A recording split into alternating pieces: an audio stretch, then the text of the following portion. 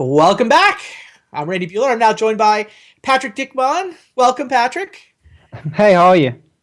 I'm good. I know we missed connections last week. I think daylight savings time messed us up. What time Yeah, is it in exactly. Germany right now? It's close to 4 a.m. Close to 4 a.m. Well, I'm glad we got you in the booth this week.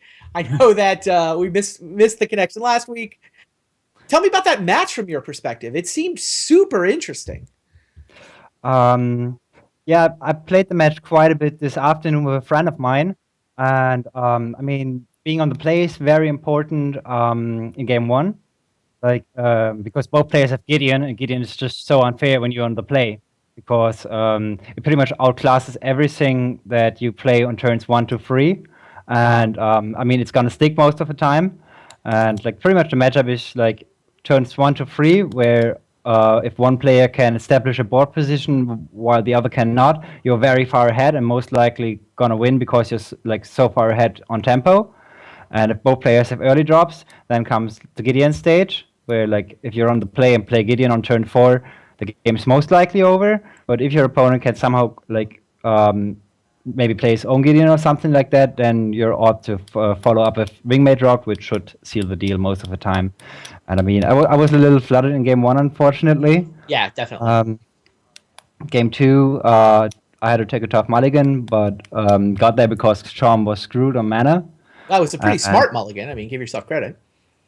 Yeah, I mean, I think it was 3 lands and 4 and 5 drops. So Yeah. I mean, like I just said that like you need some early game because otherwise you're just gonna like roll over and die as soon as the opposing player has some early game. Like then you can't catch up anymore. It's almost impossible.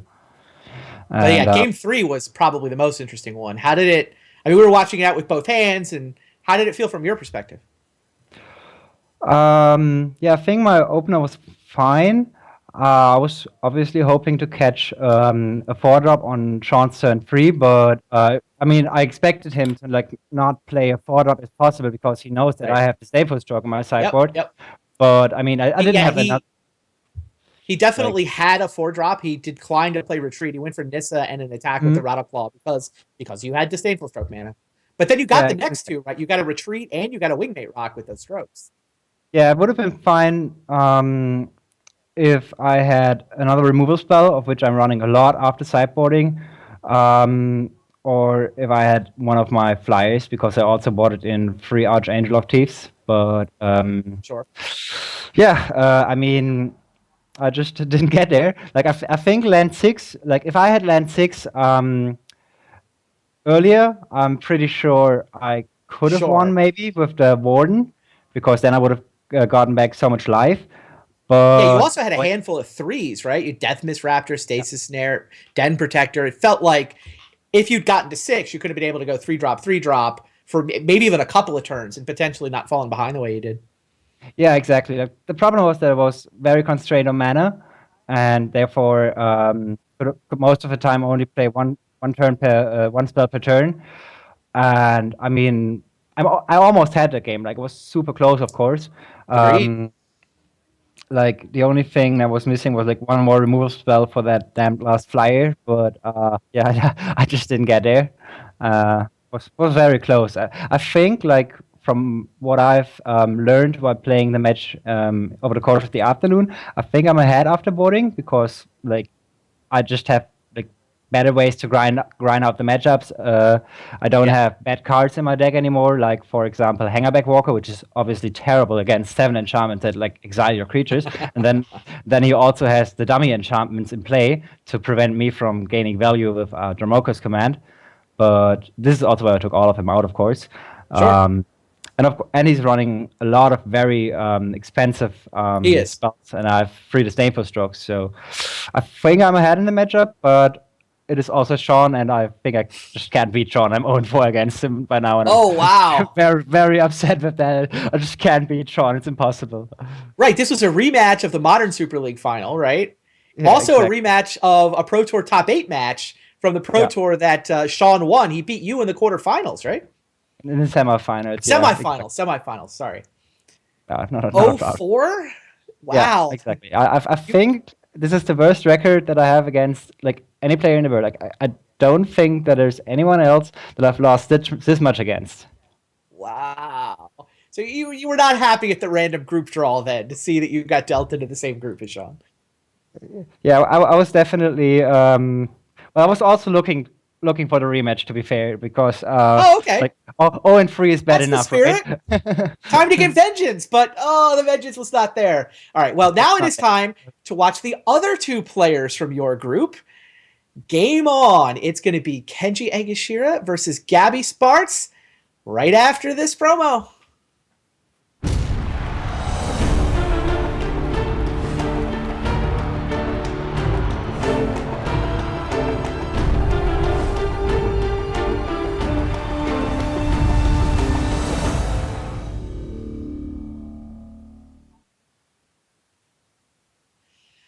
Hello, friends, or... Oh, sorry, I shouldn't use that one, I guess. Don't mean to choose sides.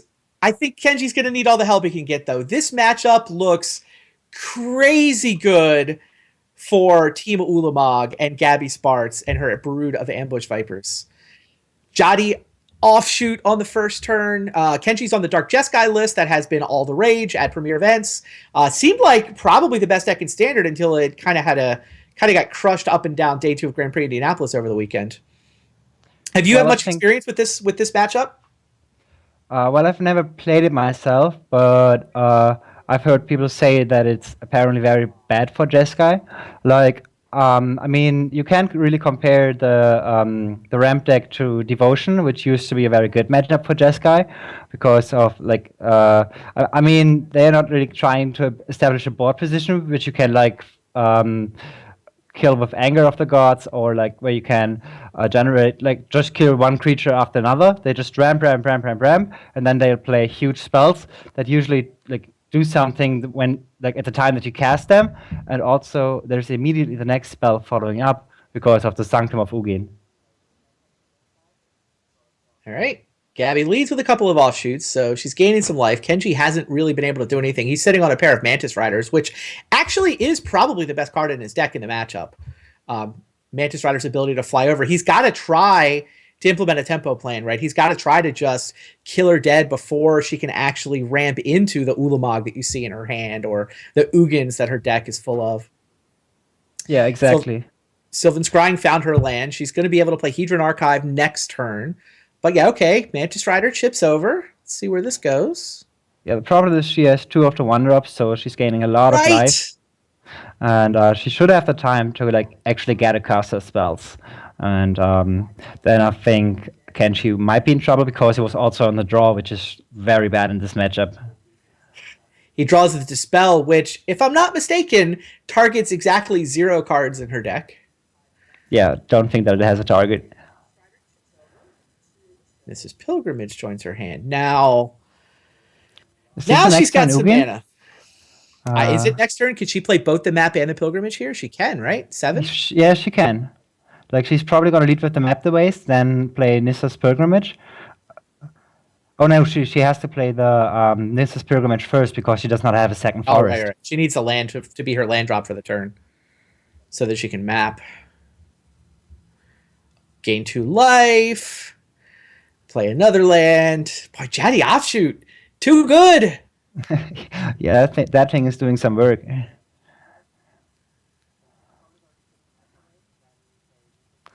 Now he has 1, 2, 3. I think he has 9 mana next turn, right? She has 9 mana next turn, right? Let me count. It's 7 plus 2. Yeah, right now it's 9. So 1 more, and then there's Ulamog.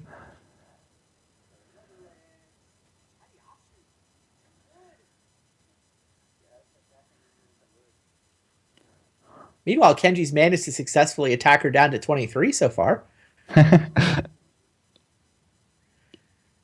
Yeah, I mean, at least he can counter the Ulamog with Ototi's command, but it's still gonna exile both Mantis Riders, which is gonna completely stop his clock. And then Gabi should have a lot of time. Oh, she also found the land, so there's Ulamog. It is time. It is turn 6. Time for Ulamog. Yeah, just in time.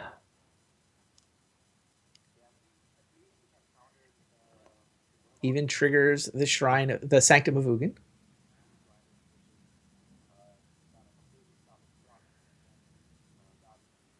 Yeah, the when cast trigger targets both Mantis Riders, so Kenji's offense is gone. I mean, he still has to just Ojutai's command, right?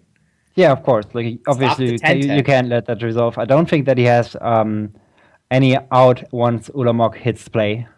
Yeah. All right. She does sacrifice the Sanctum to go get a backup Ugin. Kenji does what he can do. Ojutai's command, draw a card, comes up with a Mantis Rider. Okay. Not nothing, but his spell got him a 3/3, and her spell got her a 10/10. It kills two things when it comes into play. Nice matchup. Yeah, and Kenji might not even be able to play the Mantis Rider because he has to go for Dictor time. And I mean, he knows that Gabi has another Ulamog in hand, so he has to pretty much find another Ojutai's command with Dictor time. Yeah. She does not have the 10th land, though. Of course, she had to sack one for the Sanctum. She did not draw one. So, Oh, so unlucky. Now, do you go for Hedron Archive? Do you go for Gigantic's Hangerback Walker? Well, I think that she's going to play Hedron Archive and maybe even sack it to hit land drops and then play Hangerback for one, maybe. But I've never played the ramp deck, so I might be wrong, but this is what I would do. Like, just ensure that I play lands every single turn and follow it up with huge threats. She does also have the Blighted Woodland, which can go get 2 lands. So, I mean, that can effectively be the +1. Oh, yeah, that's true. So maybe she's just going to pass the turn then. Yeah, Hedron Archive resolves. Yeah, she's going to go for the Blighted Woodlands. May as well gain 4 more life, right? Yeah, that's true. Gotta get back up above 20. Yeah, Kenji is just trying to get his wild spells out of hand. Yeah, I mean, he has to get rid of the what's the name of one drop? I forgot actually. The which? The one drop. What's the name of the one drop Dragon again? Master Outcast? No. The green one drop. The offshoot? Yeah, the offshoot, exactly. I mean, he has to get rid of them eventually, so he's probably just gonna kill one now. Yeah, he slashes her and then leaves up the red mana, so he can impulse away an offshoot. Yeah. The small one, anyway. Doesn't do it. Oh, right. He can respond to the activation before the lands come into play. So. Of course, yeah.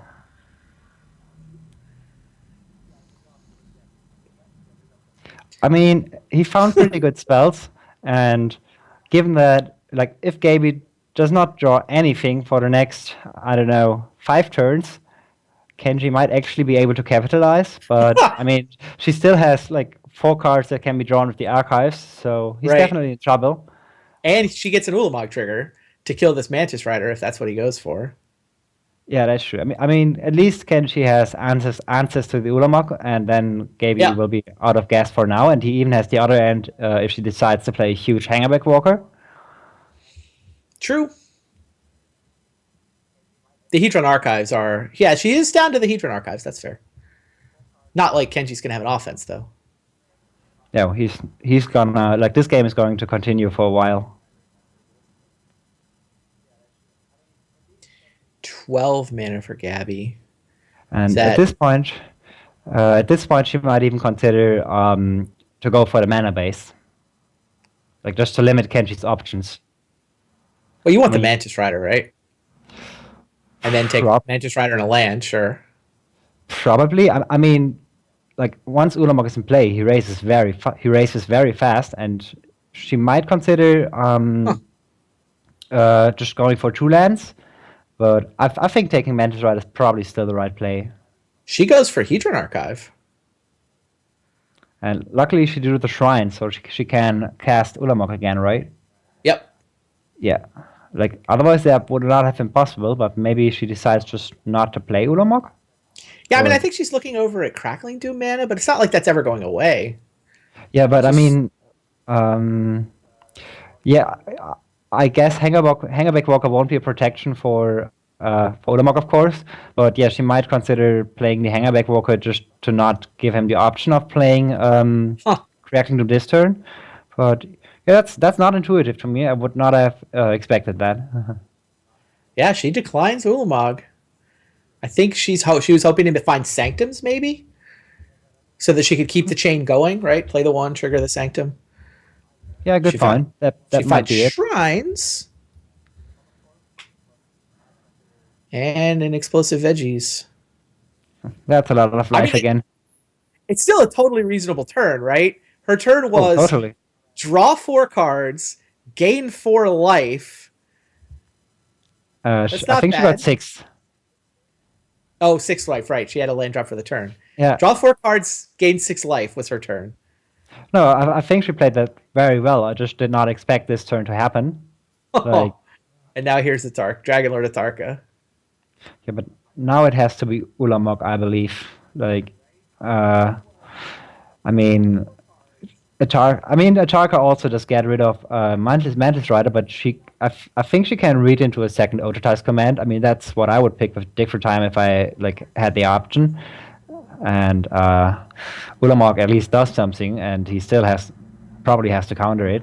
Although he might opt for Crackling Doom.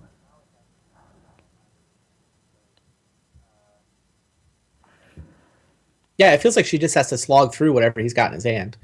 Yeah, I mean, it's pretty obvious. Oh, sorry. No, you're right. I mean, he's got stuff. Yeah. He's got answers, but you've got 3 giant threats. Yeah, but I mean, Kenji also has 3 removal spells, I guess. But the problem is that he does not have an offense at all. Right. Like Mantis Rider, but that thing is gonna die for sure. Yeah, which is why I think you lead with Ulamog to make sure it dies. Yeah, exactly. Yeah, I would do so too. All right. Gabby agrees. Ulamog number 2 comes down. Mantis Rider and Prairie Stream are the targets. I might have gone... There's only 1 black mana over there. I might have gone for the... Well, she has... he has 2 black mana, right? I'm sorry. Yeah. Sunken Hollow. My bad. Yeah. So my color didn't look like a Sunken Hollow for some reason. So here's Ojutai's command to stop the body from coming into play. Kenji does draw a Crackling Doom. And I think the reason that he went for Ojutai's command is only for the card draw. Crackling Doom to kill Jaddy Offshoot. That's funny. Gotta do what you gotta do, right? And I mean, he had his second one, so they were stuck in his hand anyway. Wow, Sylvan Scrying looks great here, right?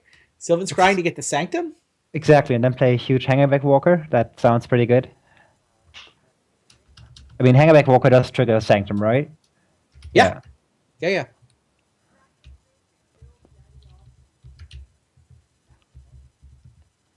and there we go.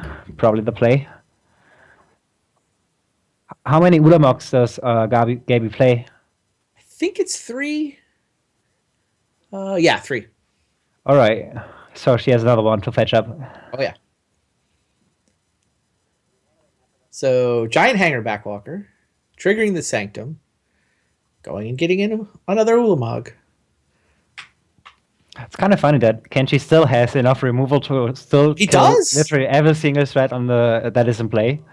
And it's Utter End, which is obviously exactly the right one for Hangerback.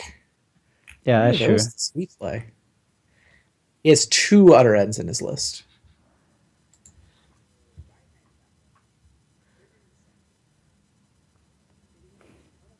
Do you think she should have, with the Ulamog, blown up 2 white sources and left the Mantis Rider? I think chat's suggesting this line. It's kind of interesting. I mean, I already said that I would go for the mana base. Yeah, you did. You're right. It's pretty good to limit the options for the Jeskai player, because obviously, if you just let him play and give him the time, Kenji can dig through a lot of cards, and I mean, she's probably gonna hit the plains now. Yeah, she does. And I would have hit the Mantis Rider. I liked her line, but cutting off the white mana might have worked out better. given that she top decked a Sylvan Scrying for the Sanctum to get the other Ugin. I don't know. I mean, the other Ulamog. Yeah. And this could have turned out really poorly for Gaby if she didn't top deck that Sylvan Scrying, because then with the Soulfire Grandmaster, Kenji might actually have been able to lock Gaby out of the game with the Soulfire Grandmaster Code Against Command combo. Yeah, I mean, she's got a lot of draws that help. Now here's Ugin. Ugin gets rid of Jace. Kenji's down to 4 mana. Kenji's got no white mana left. So it may have taken a little longer than we thought, but Kenji, now he's cold, and he just throws in the towel. Ugin, finally, she stuck a big threat. It was an Ugin, and that was good enough. Now, sideboarding seems like it might be relevant here. Yeah, the spells head straight to Kenji's board. And they are replaced with Dragonlord Silumgar, which is fine, I guess. Sure. And I don't really know what Gaby can bring in here. Like, she's opting for Nissa right now, but Rending Volley is probably good to kill Mantis Riders and like just buy a lot of time. And I see Whisperwood Elemental over there, I believe, so that's probably also coming in.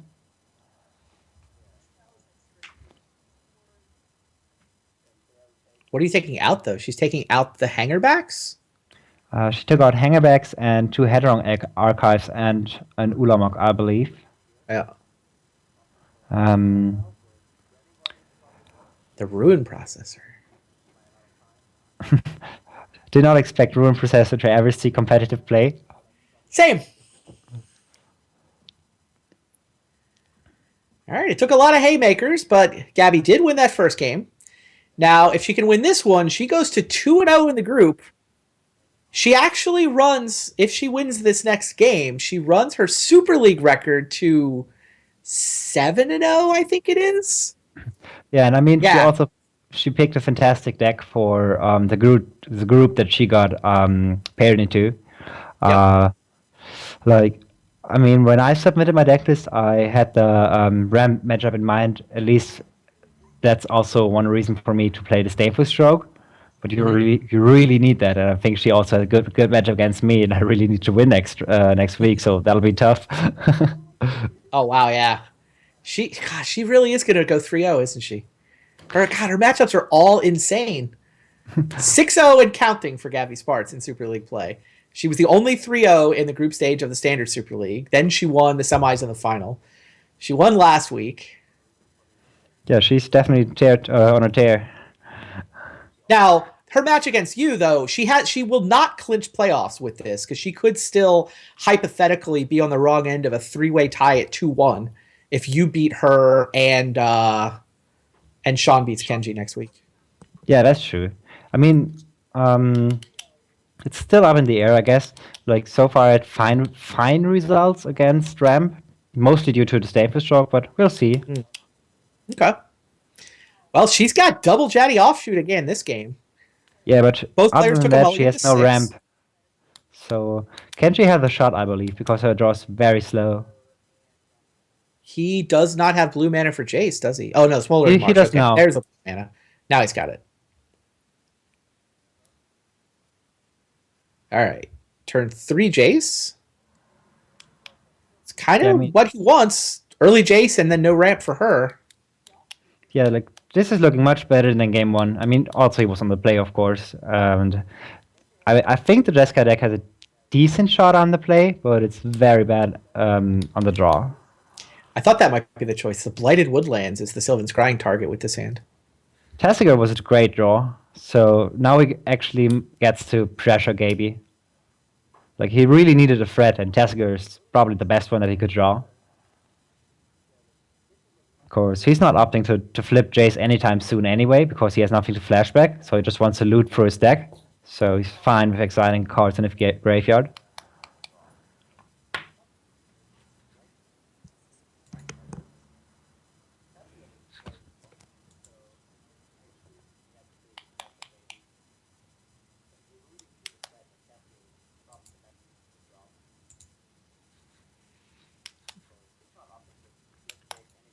That's the third offshot.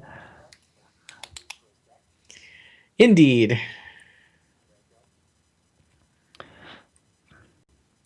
Yeah, but go ahead. The problem is she's very far away from Ulamog, and Kenji has double Ochitais command, so any creature is not gonna resolve. And he's pressuring with Tasigur, so things are looking much brighter this game. All true. Jace is still in Merfolk Lure mode, but I think that's right where Kenji wants him. I mean, then again, she's gonna get 9 life next turn with the Blighted Woodland, so she also has a lot of time, I guess. Yeah, those options are buying her some real time. Yeah. Ojitai, though, is going to stop Dragon Lord Atarka. Yeah, that's So true. she's not really going to have an impact on the board for a while. Yeah, and also Kenji is missing some blue mana, so he really wants to find that. There's one command.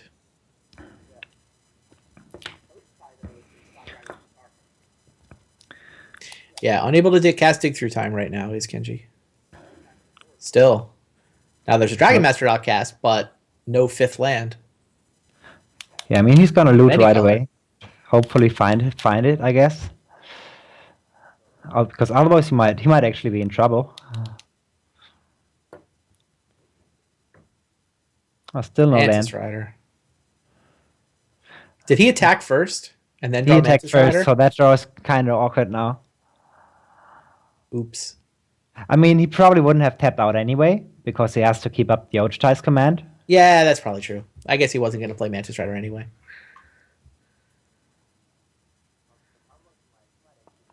Now she's up to what? 1, 2, 3, 4, 5, 6, 7, 8 mana this turn. Could, in theory, go for Dragon Lord Atarka. I guess it's 7 mana for Atarka, but 7's good enough. Yeah, I mean, she has the option to play Atarka or do nothing, and I think she has to play the Atarka, but I'm not sure. She might also read into the second Ochitais command, because Kenji just passed with 4 mana up, doing nothing on his turn. Yeah. And he kind didn't of blew even the play last one for not much value. Yeah, and he also discarded the Dragon Master outcast, which otherwise he could have played. So, I mean, I think it's pretty easy to read into the second Ochitais command here, so she might just opt not to play Dragon Lord Attacker and pass the turn, because she has a lot of time and she can just wait for Ulamog, I guess, which is 1 turn away. Right? Is it 1 turn or 2 turns? I think she said it's 8 mana. It's 2. Yeah, it's 2 turns. Sorry, like it's the shrine that generates 2 next turn, but it's only 9. Yeah, she's going to shift the turn back. And now Kenji has to decide what he's going to do on his end step. He looks like he's going to fire off Kolaghan's command. It's pretty smart of Gabby to take out the Hedron archives. They're pretty terrible against Kolaghan's command. Yeah, that's true. And I think it's also fine to just play the Kolaghan's command here, limit Gaby's options a little bit. I mean, she actually wanted that land quite a bit. So she did. She did. She discards the forest, but now she's only got 8 lands. 8 mana. 7 lands. I mean, she kind of would have liked to hear Hedron archive this game, but yeah, the interaction with Kolaghan's command is obviously pretty bad. All right, Kenji does draw the blue mana that he wanted. Prairie Stream off the top. So Dig Through Time is now live. He's also got a full yard, so Jace is going to flip if he activates him.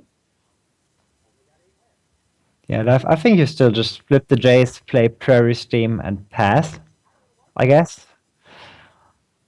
Makes sense to me.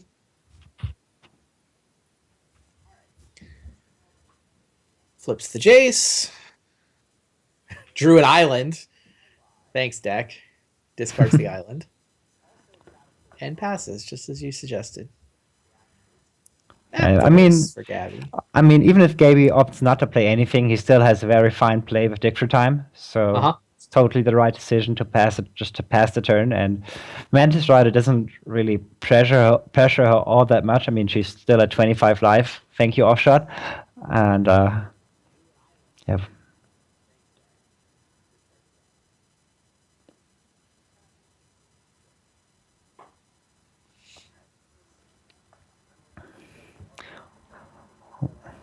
Yeah, I think she just leads plays Map the Wastes now, but I'm not sure actually. Like she can probably still read into the Ultratize command that was available last turn. But I mean, also if you just sit and wait, it's not really getting better because then the Jeskai deck might actually just scalp the perfect hand. Right. Yeah. Here's Map the Wastes.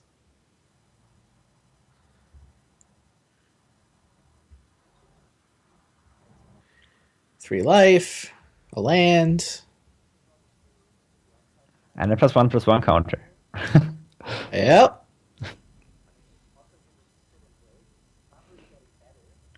And goes to our end step. Here comes dig through time. Is Kenji gonna win this game? He might. Like, I mean, Rampages always have this major flaw that they can stumble every now and then. And I mean, these offshots, obviously they buy a lot of time, but they also like limit your options because you're down on cards in hand. So he might actually win this game. I mean, I guess as soon as Gaby starts casting Ulamogs, she's never gonna stop casting them. So Kenji's still in trouble here because like first Ulamog is gonna fetch up the next one, and so on and so forth. So that dig got a dig through time and a flooded strand. Not the most exciting dig through time in the history of Magic. Probably not. Tastiger keeps rolling that stone up the hill. She's down to 24. Still not quite Mantis Rider time.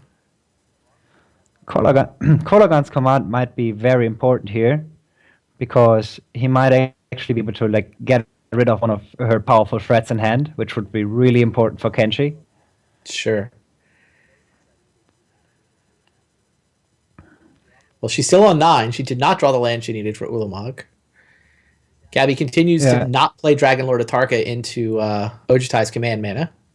Yeah, and this makes sense. Like, I mean, she just cannot play that card. Yeah. I agree. Now, Kenji is going to get to cast his second dig through time, though. We only got off the last one was a Flooded Strand plus this. One more land, and he can play Mantis Rider while leaving up Ojutai's command. I think that's his line. Yeah, Just probably. pretty good. Start spitting out the Mantis Riders one at a time without taking his guard down. All right. What do you got this time, deck? He might actually have considered to go for Ojutai's command here and get back Dragon Master Outcast. Because that would have... He's looking at Soul Masters, Mantis Riders, Kolagan's command, Cub. And he's taken a Duress already. Duress plus Kolagan's command is kind of nice.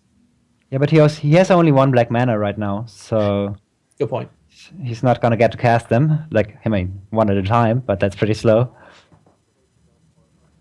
Wow, takes Mantis Rider number 3. Bring the beast. And draws a land off the top, which is pretty nice. Now he can start playing Mantis Rider, or he's going to go Duress, but he can start playing spells and still potentially leaving up Ojutai's command. Well, I guess with this Duress, now he gets to see exactly what he's up against. And he sees, all right, Rending Volley, Atarka, Ulamog. Got it. I mean, also that now he can't play Mantis Rider anymore, because then he won't have the Ojutai's command mana up. But what he can do is he can flashback Dig for Time if he has another blue source to fetch up. But he just opts to plus Jace. She's back down to 20. You've done it, Tassiger. Nissa. That is more or less a land. True. And he might actually opt to counter that, because then he's gonna lose a lot of damage if he like has to kill the Nissa, because she also has 3 jump blockers. Or he might just play Mantis Rider, of course, but that still takes 2 swings. I mean, he's got a Dragon Master Outcast in his graveyard, right? He does, yeah. But so Ojutai's command starts making 5/5 dragons pretty quickly. That's not bad. Yeah, but I think he might opt to win with the Jace ultimate. The way that he's been playing, he might actually... Like, his ultimate is on 8, is that right? Or is it 9? It's 9. 9, okay. So still a turn away, but... I mean, once you have the ultimate, it mills you pretty damn fast. True.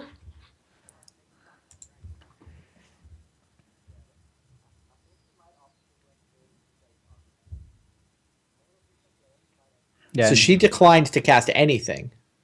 yeah, and She's waiting Kenji's had to leave enough with of it. Ulamog. It's like, all right, draw a card and put Dragon Master Outcast into play. Make a dragon, draw Disdainful Stroke. Oh, that was a big one. That was very Kenji's important. gonna win this game. Yeah, it looks like it.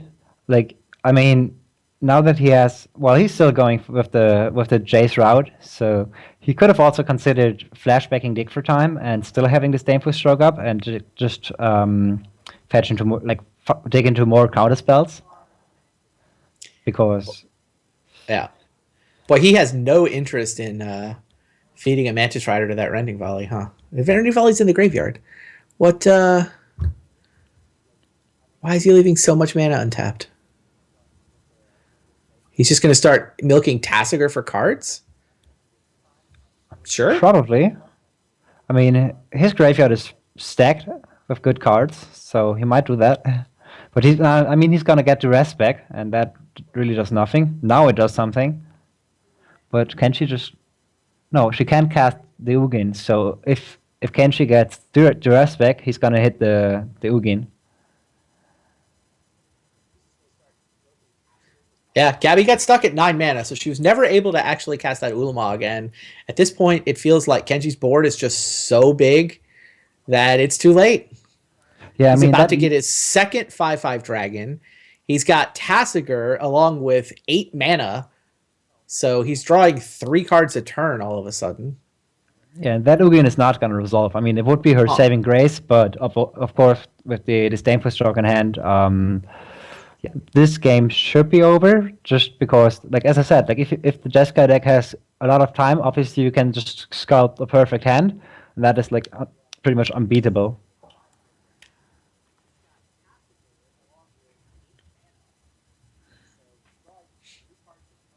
I don't know what she's supposed to give him back here. Probably Crackling Doom. Or what is that card above Crackling Doom? Is it Disdainful Stroke number 2? Okay. Yeah. Well, it's probably Crackling Doom or maybe Duress, but it's tough to say. Like giving away the info or like of which cards you have in hand might also be relevant. I mean, Kenshi knows 2 of them, but he doesn't know the other 2.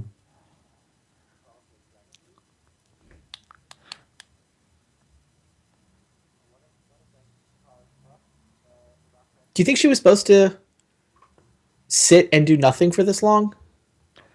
I mean, she could have. I mean, she correctly read Kenji for Ojutai's command. But like, she could have fed Dragonlord Zatarka to it and potentially cleared a path for something else later, like this Ugin, for example. If we look at this game now, I mean, it wouldn't have changed a thing other than Dragonlord Zatarka would not like be in her hand anymore, and Yeah. Kenshi. Well, I guess he wouldn't have drawn a card. Like he would have drawn 1 card less, which is quite irrelevant given that he's drawing like 3 per turn right now. And I think she never had a window to like cast anything. I think I agree with you. I'm wondering. I feel like maybe she would have been so Jace emblem in the house, and now here's the duress for the Ugin. I mean, the Jace emblem is just the icing on the cake, I believe. Yeah. Like, I don't think that he's even gonna mill her before he like actually kills her by regular damage. Yeah, this board is just unstoppable. Like he can cast the replacement Jace, and if she goes, Ugin is gone. But even if Ugin is the stopper. Yeah, Ugin is the only thing that can get her out of it. But he's still got another Disdainful Stroke. Yeah, the rest of that one, he's got up Stroke and Dig through time. Game is. We're gonna see a game 3. That's what's going on. That's just what's gonna happen exactly. Don't think it's going to be Jace's ultimate that sends us to game 3, but hey, it's still cool to have him around.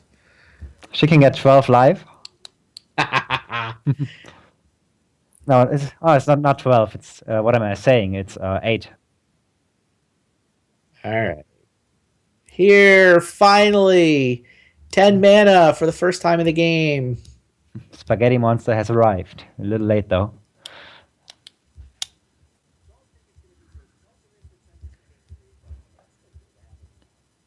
I think the only thing that I would have done different on Gaby's side is to cast the Nissa. Like, Yeah. there was a tournament when she just passed doing nothing, having Dragon Lord Attacker and Nissa in hand. Yep. And I'm pretty sure I would have cast the Nissa. Just to, I like, agree. I mean, she knew that Ultra command was in hand, and she had to get the Ultra command out of his hand, and the only way to do that is by casting a creature. And so Nissa is, I believe, the one that you can afford to lose the most. Yeah, I don't think she could keep waiting for Ulamog to go first, but I don't think it would have worked out to change the game, but I agree with you. All right, Kenji is responding to this Ulamog first with a dig through time. He wants to see what he's working with. I mean, if he finds a Crackling Doom, for example, then he might be willing to let Ulamog resolve. He, in fact, found land, and now I suspect that means he's going to point Disdainful Stroke at Ulamog. Well, also he has lethal next turn, so I think it doesn't really matter what he takes with the with the dig for time. He can just cast 2 Mantis Riders. Fine. Go for the kill. Even if she plays a land? I think a land drop would have taken that out of lethal, but...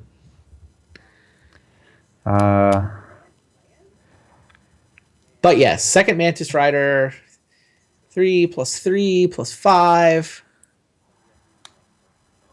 Actually, he managed to mill her and kill her at the same time. Oh no, he didn't. Yes. She has 1 card left. She has 1 card left in her library. Hilarious. This is not quite lethal, right? That's 11 and she's at 12. The Jaddy Offshoots. The Jaddy Offshoots have said, I will not let her die. But he could have casted that. He could have casted that second Mantis Rider, couldn't he? Like, yeah. It was more fun to deck her, right? Yeah, probably. That was probably the reason. Maybe he just Maybe he just wanted to see her entire deck to like know what he's working with. That's true. There is value in decking her rather than killing her on damage. That's true. 1 life, 1 card in library. Dies on both axes at basically the same time. All right, we're going to get a game 3. You can see both players reviewing the way they've sideboarded.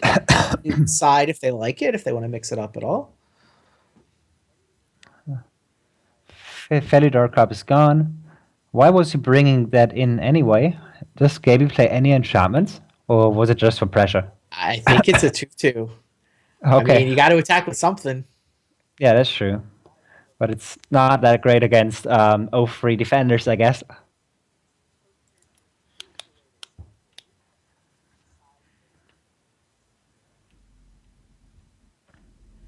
All right, here we go. 1 game. If Kenji wins it, the group is tied 4 ways. Everybody will be 1-1. Next week will be a pair of win and ins. Yeah, if Gabby wins fine. She runs her Super League record to 7-0 and takes commanding position to get not just first place in the group, but also a bye in the playoffs. Pretty big game. Yeah, but she has to mulligan here. Like she does. She can't keep this hand, and I mean, Kenji has exactly what Jeskai wants. I guess I think it's only missing a Mantis Rider, and then the hand would be. I mean, it's got 2 lands, one of which produces blue and a Jace. That's exactly what Jeskai wants. I don't care what the other 4 cards are. Exactly. It does not matter what the other 4 are. Yeah, but in this particular case, the other 4 cards are even good. So sure, mix of land and spells. Although, in all honesty, against Ramp, you would probably also keep 6 lands Jace, but I'm not. I think you would. Sure. Yeah. Definitely keep 5 spells Jace and any spell. Yeah.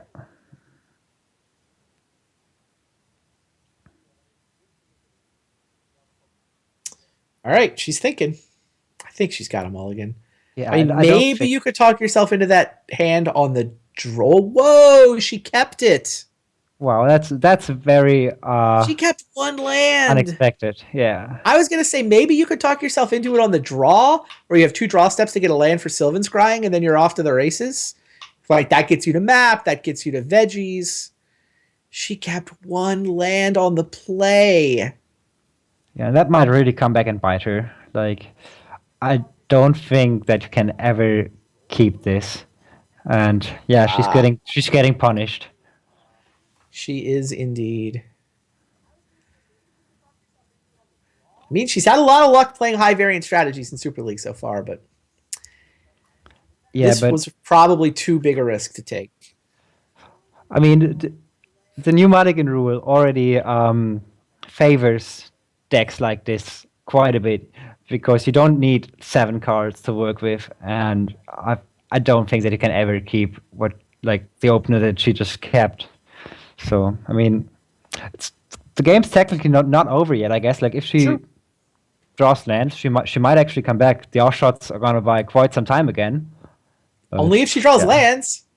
Yeah, that is given if that she draws lands. There's a land. There's a land. 2 offshoot triggers. So this is what, turn 4? She whiffed on turn 2 and turn 3? Yes. But now, yeah, Sylvan's Scrying to get a land, to go map, to go off to the races. She skipped 2 turns, though. Yeah, it's just going to be a tough one. Like I said earlier that being on the draw makes the matchup very hard for Jeskai, but now it's like be on the play and get a time warp almost. So, might be a tough one for Gaby. Wow. I mean, she's lucky that Kenji is he's sculpting a fine hand, but it's not what he wants when your opponent is stumbling this much. Like he has all these reactive spells, that is a good Gaby point. Isn't casting anything. That is true. If you're gonna miss turn 2 and turn 3, you want your opponent to have a handful of reactive stuff.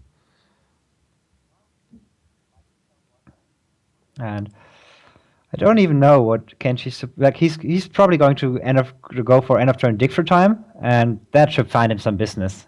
You'd think. She's in this game now, though. Here's Map the Waste. All right, 3 turns into 4, couple of life. Yeah, and like if Gaby plays this smart, next turn she's not gonna play the explosive vegetation, but opt for Nissa's Pilgrimage instead.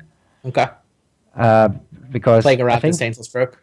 Yeah, because I think what Kenji wants to do is play dig for time, find a Mantis Rider, and keep up Disdainful Stroke.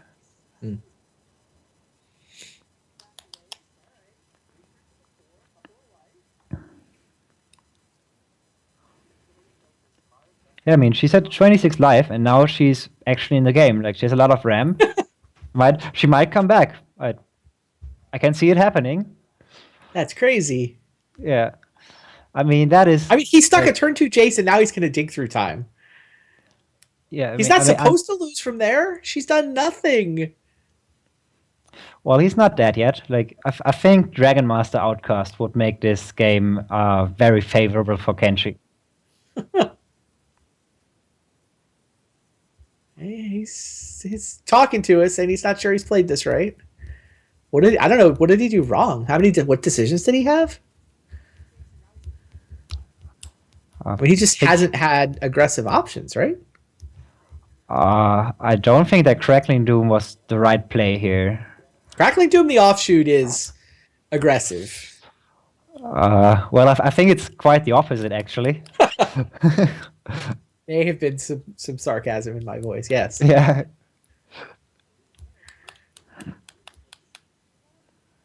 But, I mean, maybe he just wants to go for the... She does go to Nissa's Pilgrimage instead of playing around Disdainful Stroke. That said, don't you want your veggies to get Disdainful Strokes to clear a path for Ugin and Atarka? Well, but it would have also meant that she almost skips her turn, like not advancing her, like not ramping up. No, that's fair. She gets the forest in hand actually makes this line a lot better. Yeah. All right, here's dig through time. Now, can Kenji find something? He finds a Duress and a second Disdainful Stroke. Yeah, Duress is going to get the Ugin, so that's quite good. And now there's a beater. Tassiger has joined the party. Yeah, Tassiger was a very important draw here. And I think Kenji might opt for the ultimate again. But yeah, I think that's maybe what he was saying he played wrong. Like he could have flipped Jace on his turn and gotten a +1 faster. Right? If his plan is to get the Jace's ultimate, he could have been... He kind of skipped a turn by not cracking his fetch land before the Jace activation with 3 cards in his yard. Yeah, but if he's opting to win the game by milling Gaby, then I don't understand the crackling do. The offshoot. Like, I don't understand that line, and I'm still thinking about it, trying to make sense of it. Like, I can see did he that. need a card in the yard for some reason? Duress does, of course, take Rugen. I'm not sure. Like, I'm not sure what the point of that was. He also plussed the Jace before casting the Duress, which is a little weird. What if there'd been 2 awesome targets? Yeah, that's true. Like, if she was holding 2 Ugins, for example, I mean, he still has double He disdainful. does have to say, yeah, right. Yeah, I mean, I guess he already happy. knew. He already knew his black mana was going to be for Tasigur. Yeah, good point. All right, disdainful stroke, disdainful stroke. Second Ulamog for Gabby. How much mana does she have? 1, 2, 3, I think she 4, has 8. 5, 6, 7. I think she's at 8 as well. Well, so she's 9, I guess, with the map the waste. So if Yeah. she does draw a land, there's a stream of Ulamogs coming. If she draws a land next turn. Yeah. And if she doesn't, then Oh Jace no, might- she can cast veggies here. So she gets Ulamog, or she baits out a disdainful stroke. Yeah, but Okay. I think Kenji's only too happy to get rid of one of his disdainful I agree. strokes. I mean, I think he's correct to disdainful stroke, but I think that I didn't realize her mana let her make that trade. I think that trade is good for Gabby, is better for Gabby than for Kenji. All right, can she draw a land for Ulamog? This is a big draw step here. Yeah, that's a very important draw step, and it might be game ending if she hits the land. Like if she whiffs for another 2 land drops, then the Jace ultimate is probably gonna seal the game. And there's Sylvan Scrying. So it's a land, but it's gonna delay land for Ulamog one more next turn. Yeah. She can play Dragon Lord Atarka here. I mean, I think you're supposed to, right?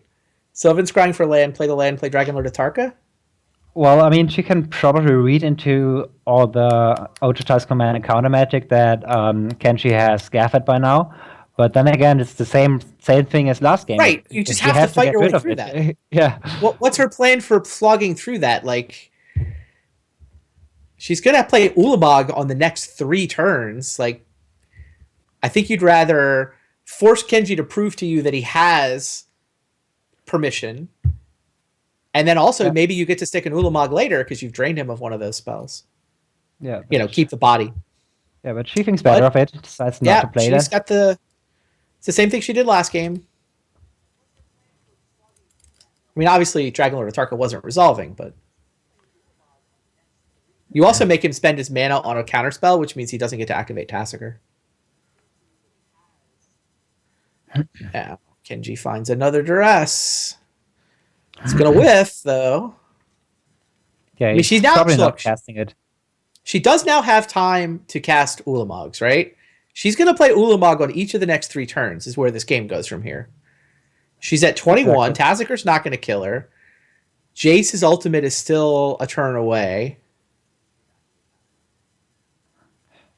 What happens if she just plays 3 Ulamogs from here?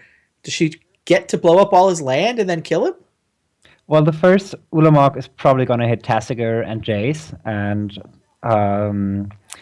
from there on, she's probably going to hit the mana base, yeah. Man, if Kenji had got that Jace down 1 turn faster, there'd be an emblem in play. Yeah. Right? Yeah, that's true. He definitely, he wound up flipping Jace on her end step is how that game played out.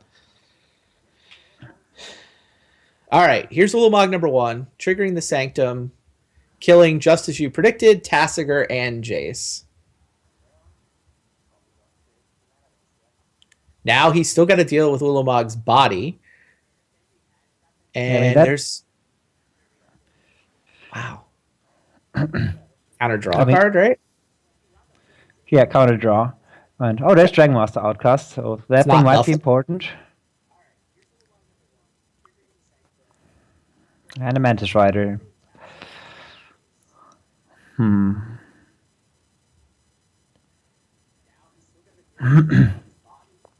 he's probably just gonna play all his threats and attack. Like, given how far Kenji was ahead early in the game, you mean the part where she kept a 1-lander? Yeah. She's even got the Rending Volley for the Mantis Rider. But she has to make the decision to whether cast Ulamog or play the Rending Volley. No, she has another Shrine. Right. Oh, wow. She's been slow rolling the Shrine. I think she's guarding against Kolaghan's command. So she's been slow rolling the Shrine. She also didn't sack the Sanctum last turn for the same basic reason. So she could keep slow rolling the Shrine. All right. Kills both the creatures. Does not go for the mana base. Goes for the Mantis Rider and the Dragon Master Outcast. And now, right. Triggers to go get the third Ulamog, and now there's a Disdainful Stroke. However, I believe that it is Ugin that will end this game, or might end this game. I'll buy that. Because Kenji has removal for all her threats. Like, Ulamog is the last gigantic threat that Gaby has in her deck, or in her hand right now. And it's most likely going to be Ugin. There's Ugin. Speak of the devil. Yeah. And now she doesn't know this, but he's actually down to Ojutai's command, which can't stop Ugin.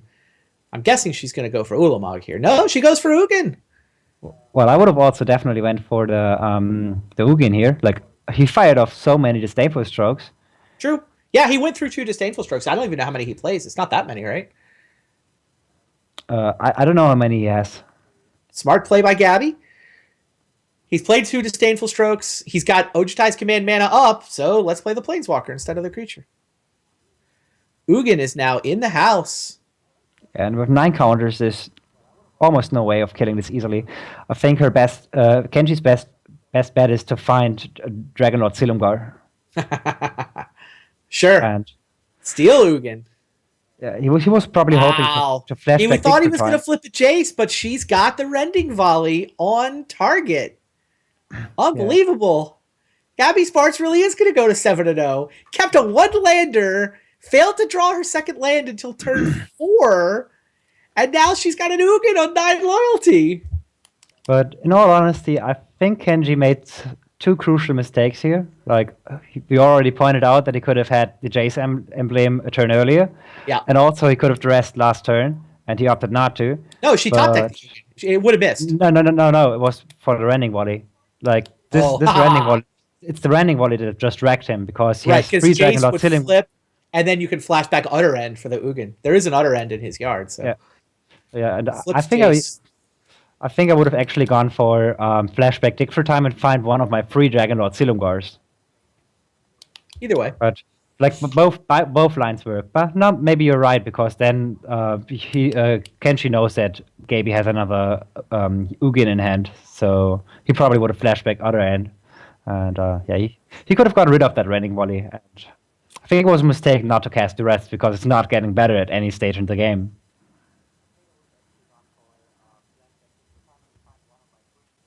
What just happened? Gaby chose to minus for Ugin. Yes. But what for? I don't know. She only exiled her offshot. Oh, some crazy misclicks happening. I guess. I don't know why she minus 4'd. I mean, probably a misclick. Maybe she's trying to give Kenji a chance. I doubt that's what's going on. I don't know. Maybe. Be like, all right. Ugin on the way back up. Nissa's Pilgrimage now. She's holding Ulamog and Dragonlord Atarka. Just trying to milk Ugin for the win here, I guess. And make sure she can deal with anything he comes up with. And I don't think that there's a lot that Kenji can do. Like Silumgar. Yeah, it's only Dig for Time into Silumgar. And right now he's drawing lands, and they're not gonna help.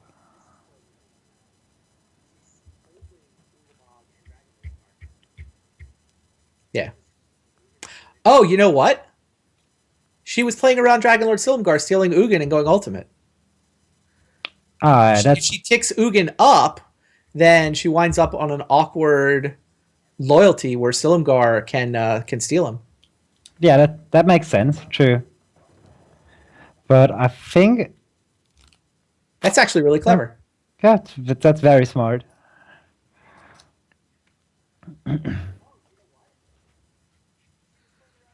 But then why did she opt for -4? Because if anything, she should have -3'd. Because like if Kenji steals the Ugin, the only choice that he has is to -6 to get rid of it. But then it also gets rid of the Silumgar. Because otherwise, next turn she's just gonna play Ulamog and exile the Dragon Lord Silumgar. She doesn't want to get rid of Silumgar. She wants to kill Silumgar. She wants it to be less than 6. So that she can then kill Silumgar and get her Ugin back. Yeah, but she could have, like, if she had Ugin at 6 loyalty instead of 5, then if Kenji steals the Ugin, he can't -5 the Ugin and have his Silumgar survive. He has to -6 it, because otherwise, the turn after that, Gabe is just going to play Ulamog and exile the Dragon of Silumgar and get her Ugin back. In any case, I mean, it's not gonna matter, but I was wondering, like, -4 was a strange call. I love that. I think she's playing around everything Kenji could draw. Even the one land keep doesn't look terrible now that we see what happened. I don't know. I don't think she can talk me into that being a good keep, but I mean, she does have the scoreboard defense on her favor. Now she's got an Ashaya, she's got Ugin, and Kenji Egashira is going to lose this in 3 games. She's still got all these Ulamogs in her hand.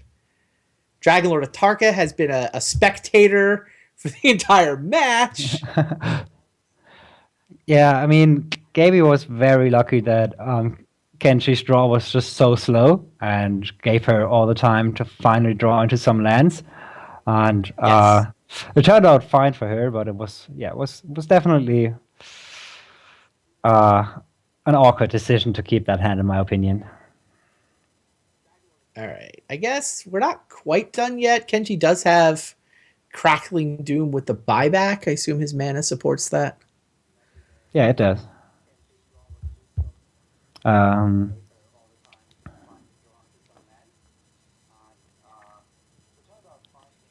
Can't imagine that's enough. And obviously she's got... Well, we can see the coast is clear for either Ulamog or Dragon Lord Tarka. She doesn't necessarily know that. Yeah, I mean, she's playing this beautifully. Like, she's not giving Kenji, like, she's not overcommitting to anything. I don't know. I don't think that Kenji's running any sort of like Wrath effects, so she could actually just drop everything on board, and Kenji would have to deal with it one by one. But I don't think that she has to. And now the coast is clear anyway to like resolve the threat, because Kenji was in a position where at some point he had to move anyway. Yeah, and by attacking, she forces him to spend all his mana, and now she gets a second main phase where she can resolve whatever she wants. Yeah. I mean, there's still ways out of this. It's going to be tough for sure, but yeah, and she still does not want to risk it, like to have her Ugin be stolen. Yep. Yeah, she chooses to -3 to kill the Soulfire Grandmaster instead of 1+. Yeah, but she might be giving Kenji too much time. Like, you see what just happened? Kenji drew the other end, and yeah, she's been kind of all in on this Ugin. She didn't want to commit anything else to the board, but there certainly was a window there where she could have guaranteed gotten a giant body on the board against an opponent who has Crackling Doom in his hand. Maybe that's... I think Kenji just has to pass here. Like, I don't think that he can go for the main phase other end, and if he does, Gaby's just gonna get end of turn Ugin, so probably just go, and once he takes 3 damage off of the Ugin, he's just gonna get rid of it. She's got the Haven, right, to get it back? Yeah, exactly. This is why he won't go for it main phase, but in Gaby's turn, like at Gaby's end of turn, so that he has one turn where the coast like is clear where there's no board. I mean, one Haven of the Spirit Dragon. Yeah, she got that with Sylvan Scrying.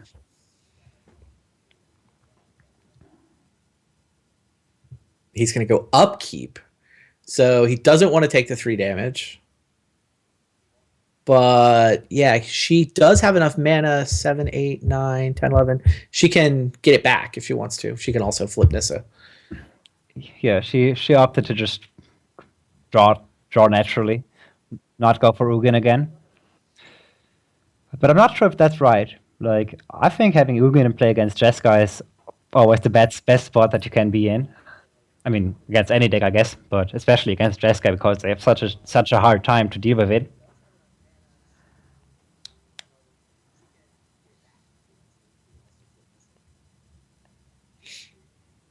All right. A Nissa, a Jotty offshoot, a land, gain a life, and flip the Nissa.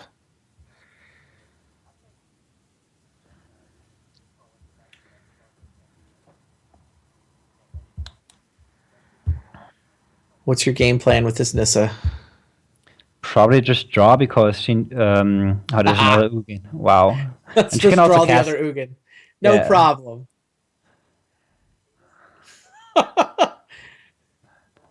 Well, at least I can say that exciting Ugin at a turn now makes even more sense.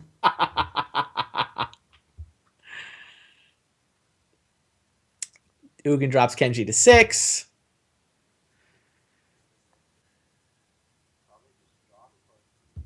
And this should be it. Like, I don't see Kenji coming back from this anymore unless he chains Dick for times, and even then it might be tough. Another Crackling Doom is not gonna get the job done. I mean, he has another draw, I guess, but this has turned out to be a much more interesting match than we were expecting. Mantis Rider comes down for Kenji. Attack. What do you attack here? Which Planeswalker? probably the Nissa. Yeah. No Ashaya token for you. Also, this lets Crackling Doom kill Nissa, which I presume he's just going to do main phase. And also, Kenji only does run 2 Utter Ends, right? Yeah, 2. Okay. And I think he also cycled through pretty much all the Ultratize command. I think there's 1 left in his deck. Oh yeah, 1 more turn. Unless Gaby decides to shoot Mance Rider, which I doubt. Huh, she does. She goes down. She wants to continue playing around Dragonlord Silumgar into Ugin Ultimate. Yeah, and she continues not casting Ulamog. I mean, to be fair, Silumgar could actually swing this game around, but now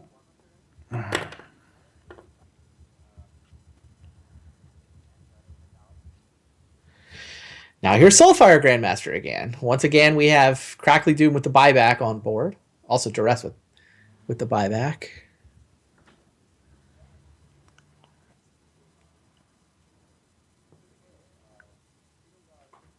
Ugin goes up for the Soulfire.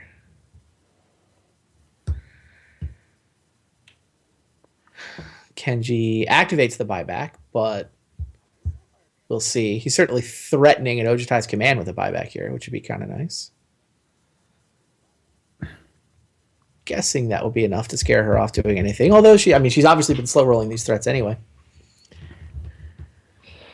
Yeah, I mean, she's not really obliged to play anything. Like, I don't think that I think she can just sit there and wait, but if it wasn't for this Ulamog, I'd say Kenji still had a decent chance at winning. I hear you. Gaby's. I was just about to say she's had enough of it and she's gonna commit something more. I think she wants a Sanctum. Does she have any left turn in her deck? Isn't that Ulamog? Is that Ulamog 2 or 3? If that's Ulamog 3, there's nothing left to go get. It's number 3. It's her last Ulamog. Okay. And she took out the Hangerback Walkers. So, I mean, she doesn't have a ton of victory conditions in her deck the way she's got it configured. I wonder why Kenji did not go for End of Turn Crackling Doom. Maybe he wanted to hide what he's holding. Because Gaby does know about the duress. Right. So he has 1 mystery card.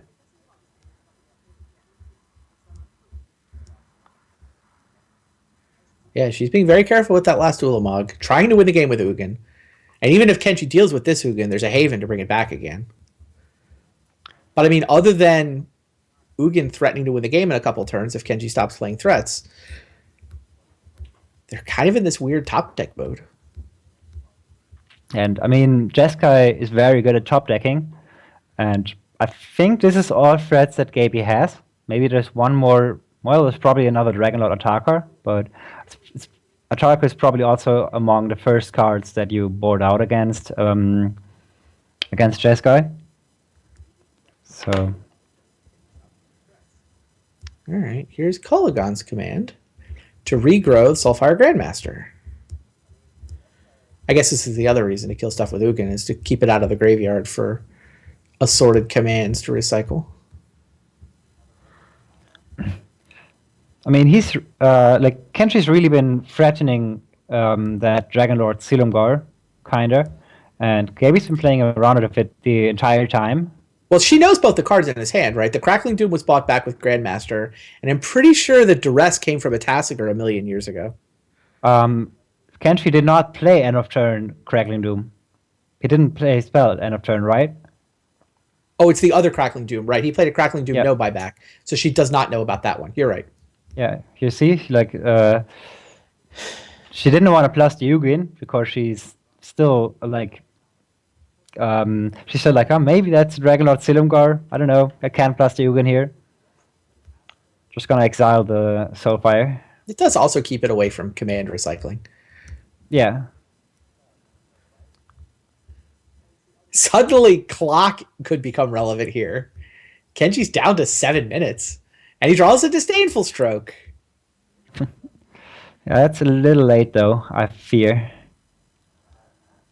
Would have been good, like, 10 turns ago. Sure. I mean, if more ramp if spells for Gabby, but all right, Ugin Plus. We're almost there. Well, if one this draws more Ugin Plus wins the game. If the next draw is Ochota's command, we might actually end up in a spot where something happens, but Evolving Lands is gonna seal the deal. It's Evolving Wilds. So finally, Gabby Spartz wins the game, wins the match, takes a 2-0 lead, moves into first place all by herself in your group with her. She can play for a bye next week. She can play to win the group next week. She's going to be in great shape. She can still miss the playoffs if there's a crazy 3-way tie at 2-1. So she hasn't clinched anything yet, but obviously could not be in better shape at 7-0. Yeah, definitely. And I mean, this last game, it turned out to be very interesting, but only because of that dubious keep, I believe. Like, yeah, scoreboard defense works. Gabby kept one land, missed twice, but finally got off to the races and was able to win that match. So congratulations to her. Thanks for hanging out with us, Patrick. We'll let you go get some sleep, I'm guessing. I don't know if you're going to watch anymore. Probably sleep. It's time. It's like 10 past 5. This match took way longer than expected. It took a little longer than I was expecting as well. All right, guys, stay tuned. We'll be right back. When we do come back, we'll have Gabby and Kenji in the booth for your entertainment value. So stay tuned. Bye.